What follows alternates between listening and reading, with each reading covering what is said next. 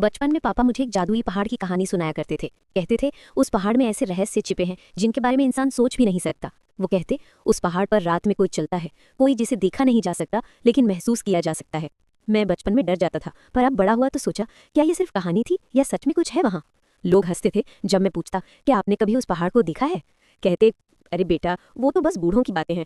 पर मेरे दिल में कुछ था, एक खींच जो मुझे वहाँ ले जाना चाहती थी। एक दिन मैंने ठान लिया, अब सच्चाई पता करनी ही होगी। रात थी, ठंडी हवा चल रही थी और मैं अकेला उस पहाड़ पर चढ़ने लगा। हर कदम के साथ ऐसा लग रहा था जैसे कोई मुझे देख रहा हो। अचानक एक पत्थर पर नजर पड़ी, उस पर कोई चिन्ह बना था जो हल्की नीली रोशनी में चमक रहा था। मैंने हाथ बढ़ाया और तभी जमीन हिली। पहाड़ के भीतर से जैसे कोई आवाज आई, धीमी लेकिन साफ। सत्य की खोज हमेशा बलिदान मांगती है। डर के मारे मैं पीछे हटा, पर दिल कह रहा था यही है वो रहस्य जिसके बारे में पापा कहते थे। वो पहाड़ जिंदा था, उसमें कुछ था जो दुनिया से छिपा हुआ था, लेकिन मुझसे कुछ कहना चाहता था। जब मैं नीचे लौटा तो पापा मुस्कुराए। उन्होंने कहा अब तू समझ गया ना बेटा, कुछ कहानियां सिर्फ सुनने के लिए नहीं होती, जीने के लिए होती हैं।